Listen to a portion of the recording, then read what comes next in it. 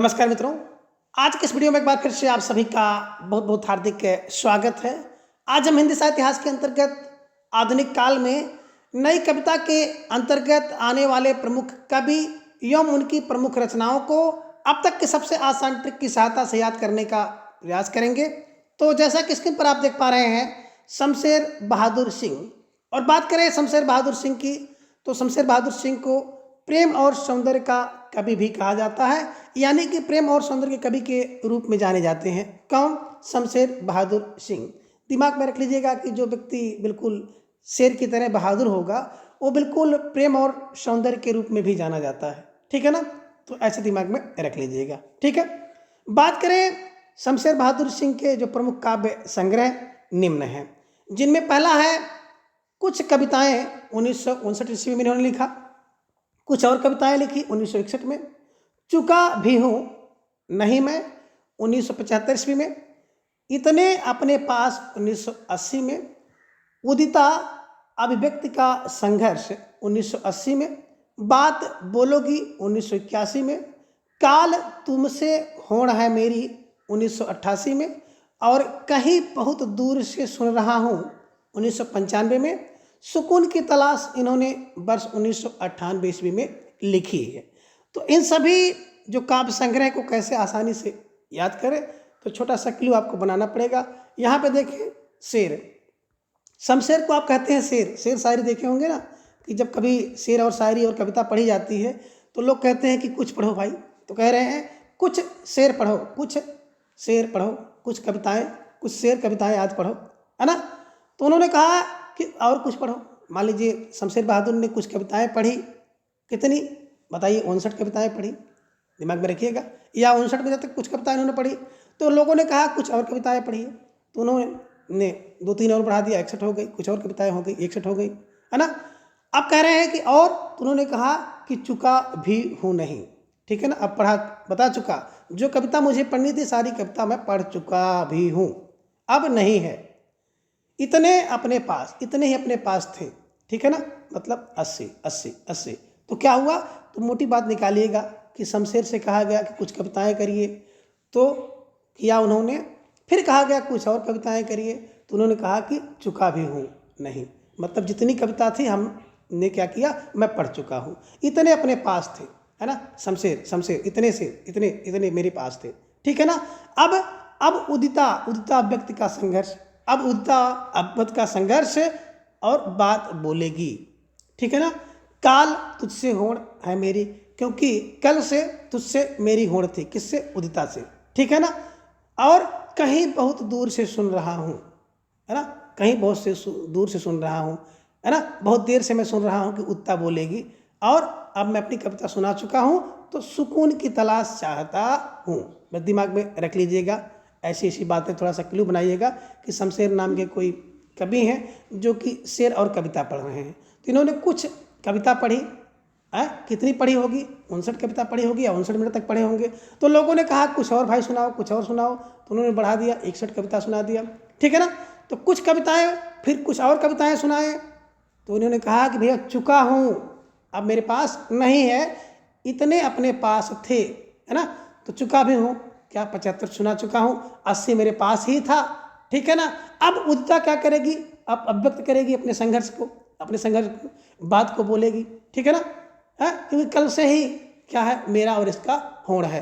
तो काल तुझसे होड़ है मेरी, कल से ही इसका और मेरा होड़ है, और बहुत देर से मैं सुन रहा हूँ। बहुत दूर को कह लीजिए, बहुत देर से सुन रहा हूँ।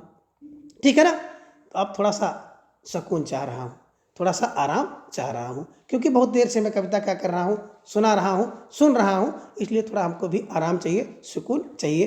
तो मोटी माटी बात ही दिमाग में रखिएगा कि शमशेर ने कुछ कविता सुनाई, तो लोगों ने कहा कुछ और भाई, कुछ और कविता सुनाओ। फिर उन्होंने कहा कि मैं चुका भी हूँ, सुना चुका हूँ, इतने मेरे पास थे। अब उदिता की अभिव्यक्ति का संघर्ष और कुछ बात बोलेगी, है ना, क्योंकि कल से उससे मेरी होड़ चल रही है, और मैं बहुत देर से सुन रहा हूँ, और आप लोग मैं सुना रहा हूँ, और आप लोग मुझे बहुत देर से सुन रहे हैं, इसलिए मैं भी अब सुकून की तलाश चाह रहा हूँ। तो दिमाग में ऐसे रख लीजिएगा। और अगर ये भी ना बन पाए, तो आप ये दिमाग में बनाइएगा कि कुछ कविता शमशेर सुनाए, कुछ और कविता फिर शमशेर सुनाए, है ना। चुका भी हूँ, शमशेर कहते हैं कि मैं सारी कविता सुना चुका हूँ, इतने मेरे पास हैं। कौन? शमशेर ने बताया इतनी कविता मेरे पास है। शमशेर ने कहा कि उत्ता की अभिव्यक्ति का संघर्ष। अब सुनिए, शमशेर ने फिर बोला कि बात बोलेगी उत्ता, कुछ बात बोलना चाह रही, उत्ता को बुलाइए। काल तुमसे होड़ है। कौन? शमशेर। शमशेर बता रहे हैं काल तुमसे मेरी होड़ है, और कहीं बहुत दूर से सुन रहा हूँ, बहुत देर से, बहुत दूर से सुन रहा हूँ, तो अब मुझे भी सुकून की तलाश है। शमशेर, शमशेर को सुकून की तलाश है। दिमाग में ऐसे रख लीजिएगा, आसानी से बैठ जाएगा, ठीक है ना। अब आगे शमशेर की कविताओं के संदर्भ में कुछ महत्वपूर्ण कथन नीचे दिए गए हैं, जिनमें विद्वान और उनके कथन आप देख पा रहे हैं। बात करें अगेर जी की, तो अगेर जी ने कहा कि शमशेर कवियों का कवि है, ठीक है ना। अब कवियों का कवि कौन? बोले अगे, है ना। कौन?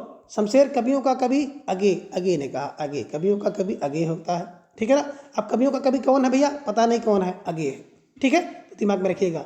शमशेर के बारे में कही गई है। आगे है मलयज। मलयज ने कहा कि शमशेर मूड्स के कवि हैं, किसी विजन के नहीं। तो मूड देखिए, माँ से मलयज, माँ से मूड, शमशेर के मूड्स, शमशेर का मूड, मलयज मूड, मूड मलयज, किसने?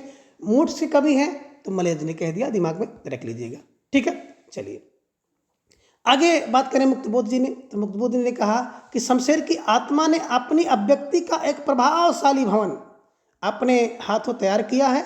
उस भवन में जाने से डर लगता है, उसकी गंभीर प्रयत्न साध्य पवित्रता के कारण, ठीक है ना।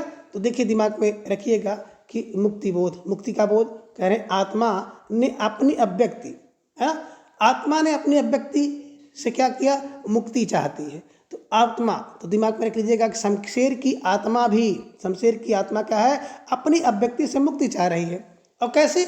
एक प्रभावशाली मुक्ति चाह रही है, यानी कि प्रभावशाली भवन आदि की बातें उसमें आएंगी, ठीक है ना।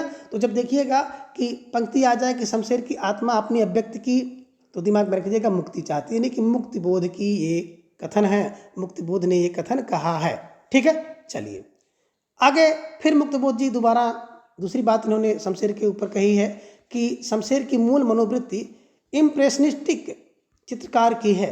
तो इम्प्रेशनिस्टिक क्या है? चित्रकार की है। तो अब कैसे दिमाग में रखेंगे? तो यहाँ पे रखिए क्या है? मूल प्रवृत्ति। देखिए शमशेर की मूल प्रवृत्ति, मनोवृत्ति ही क्या चाह रही है? मुक्ति चाह रही है। तो बस दिमाग में रखिएगा कि शमशेर की क्या? बोले शमशेर की मूल मनोवृत्ति भी क्या कर रही है? मुक्ति चाह रही है। और इनकी आत्मा भी अपनी अभिव्यक्ति की मुक्ति चाह रही है। तो शमशेर की आत्मा अपनी अभिव्यक्ति की मुक्ति चाह रही है, शमशेर की मूल मनोवृत्ति भी मुक्ति चाह रही है। मूल मनोवृत्ति भी मुक्ति मतलब मुक्तिबोध के दोनों कथन हैं, ठीक है। चलिए आगे बता रहे हैं फिर मुक्तिबोध जी कि शमशेर क्या है? कह रहे हैं शमशेर के विषय में, प्रणय जीवन का प्रसंगबद्ध रसवादी कवि। तो दिमाग में रख लीजिएगा कि प्रणय जीवन का प्रसंगबद्ध रसवादी कवि कौन है? शमशेर हैं। किसने कहा है? मुक्तिबोध ने कहा है। तो देखिए अब क्या होता है कि बता रहे हैं कि प्रणय जीवनबद्ध व्यक्ति, है ना, कि प्रणय जीवन का प्रसंगबद्ध रसवादी व्यक्ति क्या कर रहा है? मुक्ति चाह रहा है। तो दिमाग में रख लीजिएगा कि मुक्ति कौन चाहेगा? मुक्ति तो वो चाह रहा है, शमशेर की आत्मा अपनी अभिव्यक्ति की मुक्ति चाह रही है, शमशेर की मूल मनोवृत्ति भी मुक्ति चाह रही है, और शमशेर प्रणय जीवन के प्रसंग से भी मुक्ति चाह रहे हैं। ये तीन बातें रख लीजिएगा कि यानी कि तीन कथन जो है मुक्तिबोध जी द्वारा दिए गए, ठीक है। चलिए आगे है विष्णु खरे, शमशेर की शमशेरियत। देखिए भाई शमशेर की जो शमशेरियत है वो बड़ी खरे है, खरे फार विष्णु खरे। दिमाग में रख लीजिएगा, अपने शमशेरियत पर खड़े हैं, जो उनकी पहचान है उस पहचान पर बिल्कुल खरा उतरेंगे। तो दिमाग में रखिएगा शमशेर की शमशेरियत क्या है? बिल्कुल खरे फार विष्णु खरे, ठीक है। आगे रामचंद्र तिवारी जी कह रहे हैं कि शमशेर का गद्य हिंदी का जातीय गद्य है। तो देखिए रामचंद्र तिवारी कौन? रामचंद्र तिवारी क्या करते हैं? हिंदी गद्य, हिंदी का जातीय गद्य, हिंदी का जातीय गद्य कौन? रामचंद्र तिवारी, है ना। हिंदी का जातीय गद्य कौन? रामचंद्र तिवारी ने कहा। किसके? शमशेर के गद्य को। शमशेर का गद्य हिंदी का जातीय गद्य तिवारी, तिवारी जाति गद्य तिवारी। और आप देखे ही होंगे कि एक जाति है तिवारी, दिमाग में रख लीजिएगा, तिवारी एक जाति है ना, हिंदी का जातीय गद्य। तो तिवारी जाति है, तिवारी जाति दिमाग में रख लीजिएगा, जातीय गद्य, ठीक है। चलिए आगे हैं रामस्वरूप चतुर्वेदी। तो भाषा में बोलचाल के गद्य का लहजा और लय में संगीत का चरम अमूर्तन, इन दो परस्पर प्रतिरोधी मन स्थितियों को उनकी कला साधती है। अब देखिए स्वरूप की बात करें तो स्वरूप कैसा होना चाहिए, बोले बोलचाल का लहजा और लय में संगीत आदि। तो देखिए स्वरूप स्वरूप भैया बोलचाल का ठीक हो, गद्य का लहजा ठीक हो, लय हो, तो दिमाग में रख लीजिएगा स्वरूप ठीक ठाक रखो। स्वरूप कैसा होना चाहिए भाई, देखो स्वरूप बोलचाल में ठीक हुआ, आपका लहजा सही हो और संगीत में लय सही हो, तो आप मान लेते हैं कि सब कुछ ठीक ठाक चल रहा है। ठीक है, चलिए आगे शमशेर बहादुर सिंह ने खुद लिखा है अपने विषय में कि टेक्निक का एजरा पाउंड शायद मेरा सबसे बड़ा आदर्श बन गया। तो शमशेर टेक्निक, शमशेर ने क्या बताया, टेक्निक बताया भैया, टेक्निक है ना, शायद टेक्निक ही मेरा सबसे बड़ा आदर्श बन गया। दिमाग में रख लीजिएगा, शमशेर टेक्निक, शमशेर टेक्निक, शमशेर की टेक्निक। और शमशेर ने दूसरा कथन कहा है कि मैं उर्दू और हिंदी का दुआब हूँ। ठीक है, तो दिमाग में रखिएगा शमशेर खुद क्या है, हिंदी और उर्दू का दुआब अपने को मानते हैं। तो एक बार फिर थोड़ा सा ससरे तौर पर हम लोग देख लें जो ये पंक्तियाँ शमशेर जी के ऊपर कही गई हैं, कथन है। तो कौन, पहला है अगे, कवियों का कवि अगे है। मलयज मूड, मलयर ने कहा मूड के कवि शमशेर हैं। मुक्तिबोध, देखिए तो शमशेर की आत्मा अपनी अभिव्यक्ति मुक्ति चाह रही है, शमशेर की मूल मनोवृत्ति भी मुक्ति चाह रही है, और शमशेर प्रणय जीवन के प्रसंगबद्ध से भी मुक्ति चाहते हैं। यानी कि ये तीन बातें मुक्तिबोध ने कही शमशेर के लिए। शमशेर की शमशेरियत की बात आ जाए तो विष्णु खरे ने कहा है, तो शमशेर की शमशेरियत क्या है, बिल्कुल खरी खरी है। रामचंद्र तिवारी, चूंकि रामचंद्र तिवारी क्या है, एक जाति है, तो हिंदी का जाति गद्य इन्होंने कहा। स्वरूप बोलचाल में और लहजा में और संगीत में अच्छा होना चाहिए, आसानी से दिमाग में रखिएगा। ठीक है, और शमशेर बहादुर ने खुद लिखा है कि टेक्निक, क्या लिखा, टेक्निक, और क्या लिखा कि मैं हिंदी और उर्दू का दुआब हूँ। ठीक है, चलिए तो इस ट्रिक की सहायता से आप इन सभी कथनों को आसानी से याद कर सकते हैं, और अगर परीक्षा में पूछ लिया गया तो आशा है कि आपसे यहाँ से गलती नहीं होगी। ठीक है, चलिए आगे देखेंगे कि शमशेर बहादुर सिंह की कुछ चर्चित कविताएं भी हैं जो कि निम्न हैं, जिनमें है टूटी हुई बिखरी हुई, दूसरा है अमन का राग, एक लंबी कविता है, तीसरा है एक पीली शाम, चौथा है धूप कोठरी की आईने में खड़ी, और घिस गया है समय का रथ, समय साम्यवादी। कैसे दिमाग में रखें, तो देखिए जो शमशेर बहादुर सिंह है ना, इनकी चर्चित कविताएं कौन है, कविता की बात करें शमशेर, तो टूटी बिखरी हुई कविता, दिमाग में रखिएगा। जो शेर व्यक्ति होता है, बहादुर व्यक्ति होता है ना, उसकी टूटी बिखरी हुई कविता किसकी, बोले शमशेर बहादुर की टूटी बिखरी हुई कविता भी क्या कर रही है, बोले वो भी एकदम बिल्कुल अमन का राग फैला रही है। तो देखिएगा टूटी बिखरा के कविता भी करते शेर की तो सब लोग सुनेंगे, डर के मारे सुनेंगे। टूटी बिखरी कविता शेर की है तो लोग सुनेंगे, है ना। अमन का राग, देखिए शेर जब क्या करता है ना, कोई भी सुनाता है तो उसका राग अमन का राग, अमन का राग शमशेर का राग, शमशेर का राग। एक पीली शाम, इसके नाम, बोले एक पीली शाम शमशेर बहादुर के नाम, एक पीली शाम शमशेर बहादुर के नाम। अब धूप कोठरी के आईने में खड़ी है ना, क्यों, देखो व्यक्ति अगर शेर को देख जाए ना तो धूप में है तो धूप में खड़ा हो जाएगा, कोठरी में है तो कोठरी में खड़ा खड़ा रह जाएगा, क्यों, क्योंकि शेर आ गया। तो दिमाग में रखिएगा कि धूप और कोठरी के आईने में कब खड़ा होता है व्यक्ति, कब, जब शेर को देख लेता है तो जहाँ है वहीं खड़ा हो जाता है डर के मारे। और घिर गया है समय का रथ, ठीक है ना, घिर गया है समय का रथ, समय का रथ कब घिरेगा, जब शेर को देखेगा। तो घिर गया समय का रथ, शेर को देखकर से क्या हो गया, समय का रथ घिर गया। शेर फार शमशेर की रचना है। और साम्यवादी, समय साम्यवादी, समय सासे समय, सासे समय, साम्यवादी सासे शेर। तो दिमाग में रख लीजिएगा शमशेर का समय साम्यवादी है। ठीक है ना, साम्यवादी माने शेर है, बहादुर है, जो कहेगा वही होगा। ठीक है, तो थोड़ा सा दिमाग में मोटी मोटी बातें रखिएगा कि शेर, शमशेर की यानी कि शेर की टूटी बिखरी हुई कविता भी सब लोग सुनेंगे। शेर का राग अमन का राग, एक पीली शाम शमशेर के नाम, एक पीली शाम शमशेर के नाम। धूप में, धूप कोठरी के आईने में खड़ी है, जो व्यक्ति शेर को देख लेगा, धूप में है तो धूप में खड़ा रहेगा, और कोठरी में है तो कोठरी में खड़ा रहेगा। घिर गया है समय का रथ, शेर को देखकर, शेर को देख करके समय का रथ भी घिर गया है, डूब गया है।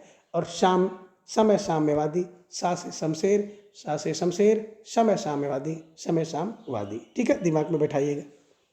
चलिए आगे बात करते हैं। कहानीकार उदय प्रकाश ने भवानी प्रसाद मिश्र को कविता का गांधी कहा है, लेकिन उन्होंने खुद को गांधी का बेटा भी कहा है। तो दिमाग में रखिएगा, दो बातें हैं। तो आगे कहानीकार आप देखेंगे भवानी प्रसाद मिश्र जी को, जिन्हें उदय प्रकाश ने कविता का गांधी कह दिया और अपने लिए उन्होंने कहा गांधी का बेटा कह दिया। तो ठीक है, अब गांधी कौन है? भवानी, गांधी, भवानी, गांधी, भवानी, कविता का गांधी भवानी किसने कहा? उदय प्रकाश ने, और गांधी का बेटा उदय प्रकाश। ठीक है, दिमाग में रखिएगा कि कौन? कविता का गांधी भवानी, ऐसे दिमाग में रखिए, कविता का गांधी भवानी और गांधी का बेटा उदय। तो गांधी के बेटे का उदय हुआ उदय प्रकाश। ठीक है ना, तो कविता का गांधी भवानी, भवानी कविता के गांधी हैं और कविता के गांधी गांधी के बेटा का उदय हुआ। ठीक है, बेटा गांधी का बेटा उदय प्रकाश, दिमाग में रखिएगा। अब भवानी प्रसाद मिश्र के कुछ काव्य संग्रह हैं जो प्राय परीक्षा में पूछे जाते रहे हैं। ठीक है ना, इसलिए इन्हें भी देखना बहुत जरूरी होता है। पहला इनका जो काव्य संग्रह है गीत फरोश, दूसरा है चकित है दुख 1968 में, और पहला उन्होंने गीत फरोश 1953 में लिखा है। तीसरा काव्य संग्रह है अंधेरी कविताएं 1968 में। चौथा गांधी पंचसती 1969 में। पांचवा है बुनी हुई रस्सी 1971 में। छठा खुशबू के शिलालेख 1973 में। व्यक्तिगत 1973 में। अंतर्गत 1979 में। अनाम तुम आते हो 1979 में, और परिवर्तन जी 1976 में। इदम नामम 1977 में। त्रिकाल संध्या 1978 में।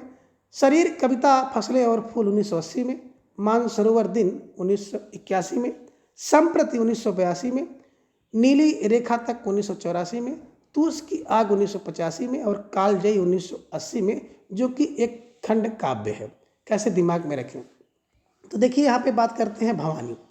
अब भवानी की जो गीत फरोश है ना, भवानी के लिए गीत फरोश कितने? गीत फरोश कब लिखी गई? 53। तो गीत फरोश कितने? 53 53 53। ठीक है ना, 53।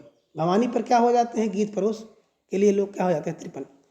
चकित है दुख, अगर भवानी के पास आप जाओगे दुख क्या हो जाएगा? छठ से खत्म हो जाता है, तो व्यक्ति क्या हो जाता है? चकित हो जाता है। छठ माने छठ छठ छठ छठ छठ छठ है ना। अगर भवानी के पास आप गए तो दुख फट से खत्म हो जाता है, तो व्यक्ति क्या हो जाता है? चकित हो जाता है। भवानी। अंधेरे में कविता छठ से गाइए, किसकी? भवानी की। छठ माने 6-8 से। ठीक है ना। अब गांधी की पंचसदी में क्या करिए? उल्टी सीधी 69 कविता गाइए भवानी की। तो गांधी की पंचसदी में भवानी की उल्टी सीधी 69 कविता गाइए। बुनी हुई रस्सी है ना, भवानी के लिए बुनते हैं रस्सी कितना? 71। एक साथ एक साथ एक साथ सब लोग जुट करके क्या कर रहे हैं? रस्सी बुन रहे हैं। 7-1 क्या कर रहे हैं? भवानी के लिए रस्सी बुन रहे हैं। कौन? सब लोग जुट करके। ठीक है ना। चलिए आगे है खुशबू के शिलालेख। भवानी के लिए खुशबू का शिलालेख बिल्कुल 73 शिलालेख ला रहे हैं। ठीक है ना। और व्यक्तिगत की बात करें तो व्यक्तिगत भवानी के लिए व्यक्ति जो है 73 गिर जाता है। 73 माने एकदम बिल्कुल नीचे उनके चरणों में गिर जाता है, दंडवत हो जाता है। किसके लिए? भवानी के लिए। ठीक है, आगे देखिए भवानी को हम लोग क्या करते हैं? अंतर है ना, ये आराम तुम आते हो कहाँ पर? बोले 79 7 से 9 बजे के बीच में आओ। कहाँ? बोले भवानी पास। ठीक है ना। आराम तुम आते हो कहाँ? बोले है ना भवानी के पास। और अंतर्गत अंतर्गत अंतर्गत हर व्यक्ति क्या है? बिल्कुल भवानी के अंदर है ना, बिल्कुल।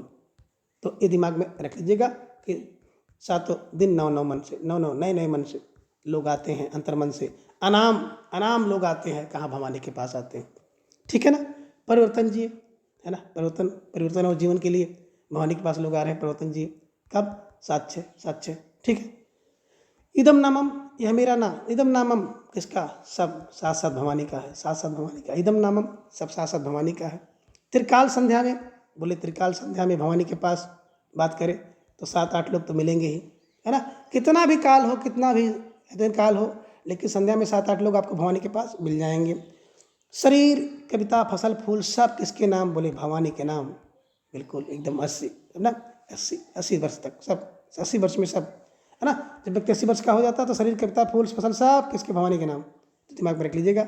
और मानसरोवर के दिन है ना, 81 वर्ष में बिल्कुल जो भी दिन है मानसरोवर दिन सब भवानी के नाम। संप्रति सब संप्रति वगैरह सब 82 तक भवानी को है ना। नीली रेखा तक सब कुछ इसको 84 में नीली रेखा तक भवानी को दे दीजिए, भवानी में समर्पित करिए। और तूस की आग 85 है ना, तो भवानी, तूस की आग भवानी। कालजयी 80 एक खंड काव्य है, तो कालजयी भी बिल्कुल व्यक्ति कालजयी हो जाता है, भवानी के चरणों में जाकर के कालजयी हो जाता है। ठीक है, तो मोटी मोटी बात ये देखिएगा। और सबसे आसान है कि जब इनकी रचना पूछी जाती है तो रचना जोड़िएगा, बस क्या रचना जोड़ना है, भवानी यहाँ पे करिएगा। भवानी के गीत फरोसते हैं भवानी के, है ना।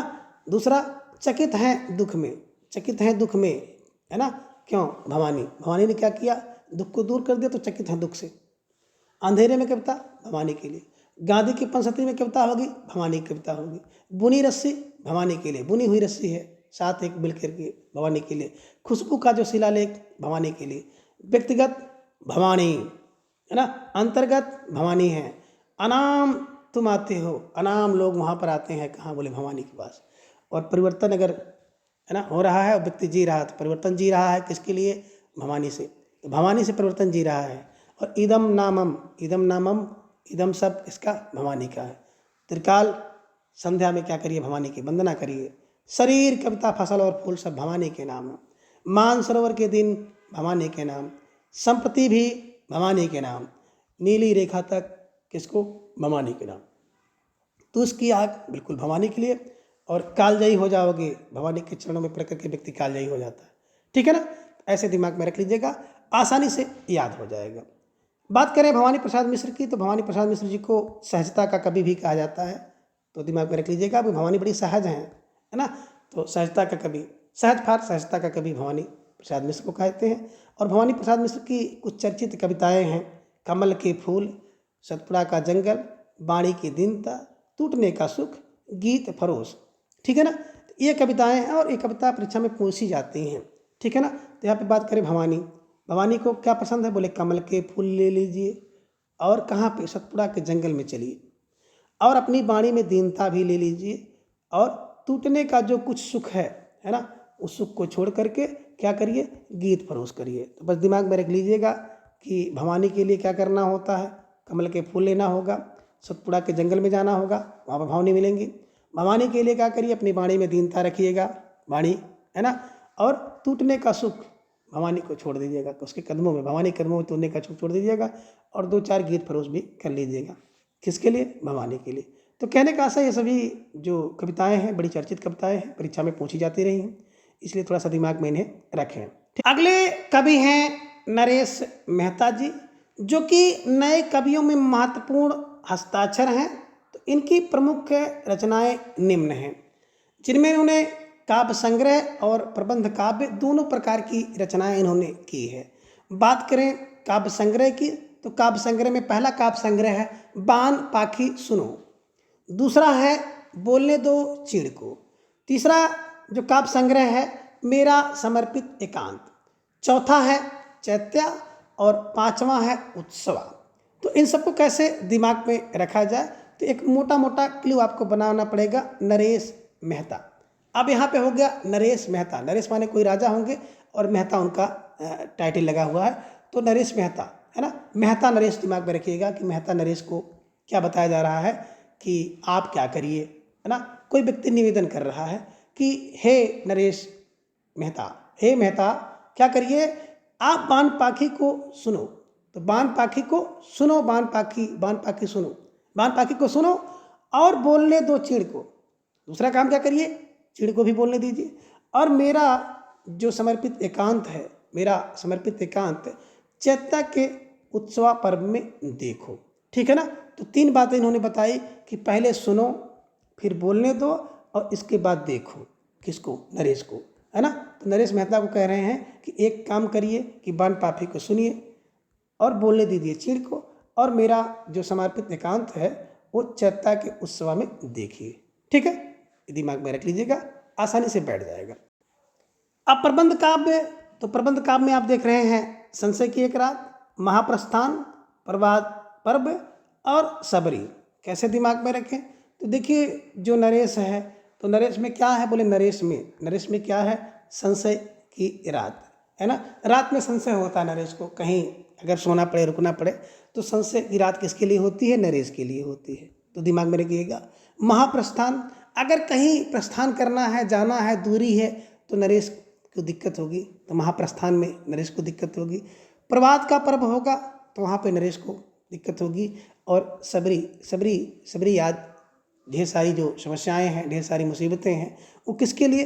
बोले नरेश के लिए दिक्कत करती हैं। तो दिमाग में रख लीजिएगा कि संशय की रात में महाप्रस्थान करते हैं। कहाँ? प्रभात और सबरी, प्रभात पर्व में सबरी के लिए।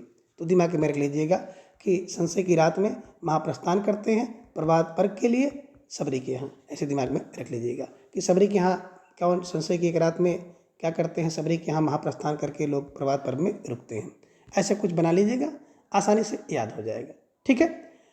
आगे है समय देवता शीर्षक से कविता, जो इनकी एक लंबी कविता है जिसमें धरती के विभिन्न भागों की सांस्कृतिक राजनीतिक स्थिति और सिनेरियो प्रस्तुत किया गया है। तो सांस्कृतिक राजनीतिक स्थिति की जो सिनेरियाँ हैं, तो सिनेरियो को प्रस्तुत किया है किसने? समय देवता में। ठीक है। किसने? नरेश मेहता ने। अब नरेश मेहता की कुछ अन्य चर्चित जो महत्वपूर्ण रचनाएं हैं जिनमें ऊसस है, इसके 1 2 3 4 भाग हैं कुल। किरण धेनुएं और चाहता मन। तो दिमाग में रख लीजिएगा कि नरेश में ऊसस है, ऊसस क्या है? 4 है। किरण धेनुएं हैं और चाहता मन है। ठीक है। अगले कवि हैं धर्मवीर भारती। अब बात करें धर्मवीर भारती जी की, तो मूलतः प्रेम के कवि हैं।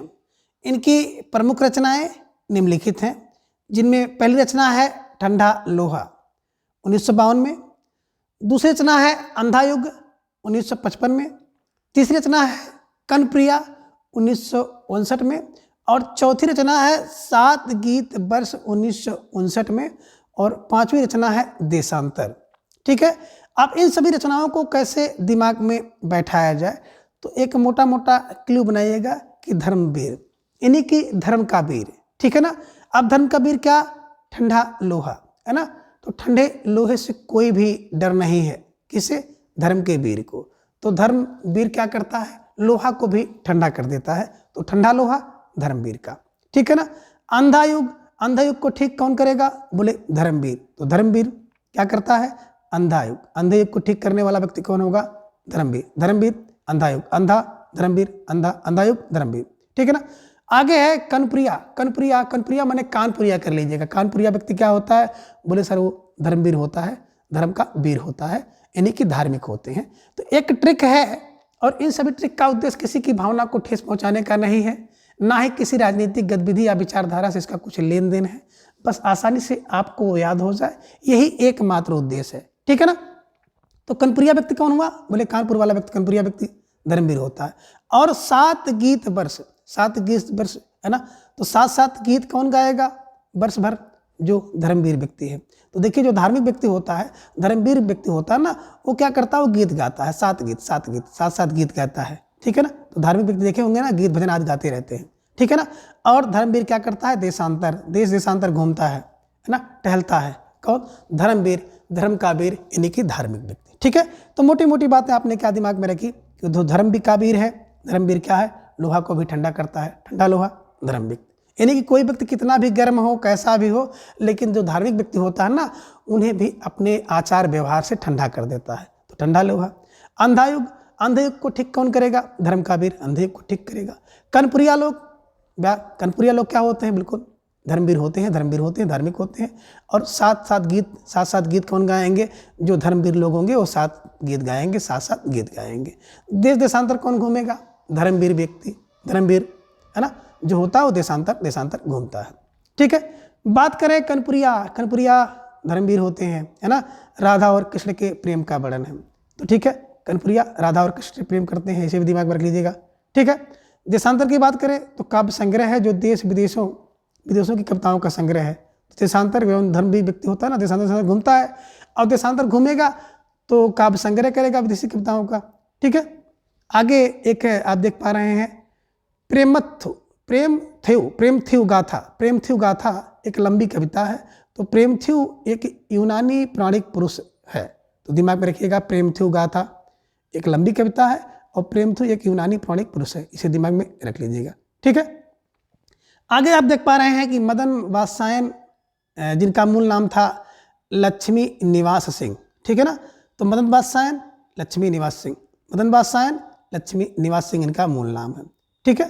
तो मदन वात्स्यायन का मूल निवास दिमाग में रख लीजिएगा लक्ष्मी निवास है। अगले कवि हैं सर्वेश्वर दयाल सक्सेना, जो कि नई कविता के प्रमुख हस्ताक्षर हैं और इनकी निम्नांकित कृतियां प्रकाशित हुई हैं जो कि निम्न हैं।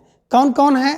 पहला है काठ की घंटियां, दूसरा है बांस का पुल, तीसरी है एक सोनी नाव, चौथा है गर्म हवाएं, पांचवा कुआनो नदी और छठा है कविताएं 1 और सातवां है कविताएं 2, यानी कविता भाग 1 कविताएं भाग 2, है ना। जंगल का दर्द और खूंटियों पर टंगे हुए लोग। अब इन सबको कैसे दिमाग में बैठाया जाए? तो देखिए क्या है, सर्वेश्वर बता रहे हैं। सर्वेश्वर क्या है? काठ की घंटी। सर्वेश्वर के यहाँ किसी काम से आप गए तो आपने क्या देखा कि उनके यहाँ काठ की घंटी रखी हुई है, काठ की, और बांस का पुल बना है ना। एक सोनी नाव भी रखे हुए हैं, वहाँ पर खूब गर्म गर्म हवाएं चल रही हैं, है ना। बगल में कुआनो नदी बह रही है और कविताएं 1 और कविताएं 2, है ना। एक बंडल कविताएं रखे हैं, दोबारा दूसरी बंडल कविताएं रखे हुए हैं और वहाँ पर क्या है, जंगल का दर्द आपको दिखाई दे रहा है। जंगल के बगल में है तो जंगल के दर्द, जंगल के लोगों का जो दर्द हो दिखाई दे रहा है और खूंटियों पर टंगे हुए लोग, है ना। कहाँ? सर्वेश्वर के यहाँ देखे हैं। ठीक है, तो दिमाग में रख लीजिएगा कि सर्वेश्वर के यहाँ, है ना, काठ की घंटी मिलेगी, बांस का पुल मिलेगा, एक सोनी नाव है, गर्म हवाएं वहाँ पे चल रही हैं, वहीं बगल में कुआनो नदी बह रही है ना। और कविताओं का 1 बंडल और कविताओं का 2 बंडल, कविताएं 2 बंडल, 1 बंडल 2 बंडल रखे हैं। जंगल का दर्द आप वहाँ पे अच्छी तरह से देख सकते हैं और खूंटियों पे टंगे हुए लोग वहाँ पर मिलेंगे, है ना। यानी कि आप कह सकते हैं कि बहुत सकरी हुई जगह है और लोग खूंटी पर टंग जाते हैं, ऐसे कुछ बना लीजिएगा। ठीक है, अब सर्वेश्वर दयाल सक्सेना की कुछ चर्चित कविताएं हैं जिनमें काफ़ी हाउस में मेलोड्रामा, अहम से मेरे बड़ी हो तुम, विगत प्यार, लिपटा रजाई में और मैंने कब कहा। अब इन सभी रचनाओं को कैसे दिमाग में रखें? तो एक ट्रिक बनाइएगा कि सर्वेश्वर ने बताया क्या, काफ़ी हाउस में ड्रामा हो गया। ड्रामा हो गया क्यों? क्योंकि अहम से बड़े, मेरे से बड़े, मेरे से बड़े से बड़े चक्कर में क्या हो गया, ड्रामा हो गया, है ना। और विगत प्यार में पढ़ करके क्या हो गया, है ना, जब ड्रामा हो गया तो विगत प्यार वार को छोड़ करके व्यक्ति क्या हो गया, रजाई में जाके लपट गया। और मैंने कब कहा, और मैंने कब भी बता दिया था कि झगड़ा हो जाएगा, इन लोगों में बवाल हो जाएगा। तो बस मोटी मोटी बातें रख लीजिएगा कि काफ़ी हाउस में ड्रामा हुआ। कहाँ? सर्वेश्वर ने देखा क्या कि काफ़ी हाउस में ड्रामा हो गया, किसके लिए? अहम से मेरे, अहम से बड़ी, मेरे अहम से बड़ी के चक्कर में हो गया और विगत प्यार को छोड़ करके व्यक्ति रजाई में लिपट गया। मैंने कब कहा? मैंने कहा ही नहीं, मैंने बताया ही नहीं, ये सब मैंने कब कहा, मैं दिमाग में रख लीजिएगा। ठीक है, आगे हैं केदारनाथ सिंह जी और ये नई कविता में बिंब को बहुत महत्व देते हैं। तो ठीक है ना, तो दिमाग में रखिएगा केदारनाथ सिंह ने क्या किया है, नई कविता में बिंब को बहुत महत्व दिया है। और केदारनाथ सिंह जी की बड़ी महत्वपूर्ण रचनाएं जिन्हें आप देख पा रहे हैं, जिनमें पहला है अभी बिल्कुल अभी, जमीन पक रही है, यहाँ से देखो, अकाल में सारस, उत्तर कबीर और अन्य कविताएं, बाघ एक लंबी कविता है और टालस्टाय और साइकिल। तो देखिए, बात करें केदारनाथ सिंह जी की रचनाएं प्राय परीक्षा में पूछी जाती हैं और अपना विशेष महत्व रखती हैं। ठीक है ना, बिल्कुल अभी। अब एक ट्रिक बनाइए, केदारनाथ सिंह, दिमाग में रखिएगा। वहाँ पे एक केदारनाथ अग्रवाल हैं। ठीक, केदार में अगर जाओगे तो एक गंगा मिलेगी, एक धारा मिलेगी आपको। ठीक है ना, एक गंगा मिलेगी। तो दिमाग में रखिएगा यहाँ पर केदारनाथ सिंह है। ठीक है ना, अब देखिए केदारनाथ में, है ना, अगर जाओगे तो क्या देखोगे कि बिल्कुल अभी भी देखोगे कि वहाँ पे ज़मीन पक रही है। यहाँ से देखोगे वहाँ तक सब जगह ज़मीन क्या हो रही है, पक रही है। और अकाल है, अकाल में सारस आपको दिखाई देंगे और उसके उत्तर में कबीर दिखाई देंगे और उनकी कुछ कविताएं दिखाई देंगी, बनाई रखी गई होंगी। और बाघ दिखाई देंगे और टालस्टाय और साइकिल का प्रचलन अभी भी है। तो दिमाग में रख लीजिएगा केदारनाथ सिंह की रचनाएं हैं। तो दिमाग में रखिएगा केदारनाथ में बिल्कुल अभी भी ज़मीन पक रही है, यहाँ से वहाँ तक देखोगे तो अकाल में आपको सारस ही सारस दिखाई देंगे, उत्तर में आपको बाघ दिखाई देंगे और टालस्टाय की साइकिल भी आप देख सकते हैं वहाँ पर, है ना। तो केदारनाथ में जाओगे ये सब चीज़ें आपको दिखाई देंगी। केदारनाथ में क्या, बिल्कुल अभी भी ज़मीन पक रही है, यहाँ से वहाँ तक देखोगे अकाल में सारस ही सारस दिखाई देंगे, उत्तर में देखोगे तो आपका बाघ दिखाई देगा और टालस्टाय की साइकिल दिखाई देगी। ठीक है ना, तो बात करें अकाल में सारस पर, इनको जो है ज्ञानपीठ पुरस्कार मिला हुआ है और टालस्टाय और साइकिल कई बार टीजीटी की और पीजीटी की परीक्षा में पूछा गया है। तो इसलिए इन सभी रचनाओं को विशेष ध्यान से रखें कि केदारनाथ में बिल्कुल अभी भी जमीन पक रही है। यहाँ से वहाँ देखोगे ताकाल में साया आपको दिखाई देंगे। उत्तर में देखोगे तो बाघ और टालस्टाई की साइकिल दिखाई देगी। कहाँ? केदारनाथ में। केदारनाथ मतलब केदारनाथ सिंह। ठीक है, चलिए आगे। केदारनाथ सिंह की कुछ चर्चित और कविताएं हैं, जिनमें पहला है बनारस, दूसरा है अनागत, तीसरा है फर्क नहीं पड़ता। ठीक है ना। तो केदारनाथ सिंह को क्या कह रहे? केदारनाथ सिंह को कोई फर्क नहीं पड़ता है। ठीक है, उनको बनारस में अनागत लोग है ना क्या करते हैं, उनके ऊपर कीचड़ उछालते हैं, है ना, तो उन पर ऊपर कोई फर्क नहीं पड़ता है। दिमाग में रख लीजिएगा क्या कि बनारस में अनागत लोगों के द्वारा किए गए कृत्य का भी कोई फर्क नहीं पड़ता। किस पे? केदारनाथ सिंह पर। ऐसे दिमाग में रख लीजिएगा, आसानी से याद हो जाएगा। तो इस प्रकार से इन सभी ट्रिक की सहायता से आप इन सभी कवि और उनकी रचनाओं को आसानी से याद कर सकते हैं। तो आज के इस वीडियो में बस इतना। अगले वीडियो में हम इसके अगले भाग को जानेंगे। तब तक के लिए धन्यवाद, नमस्कार, बाय।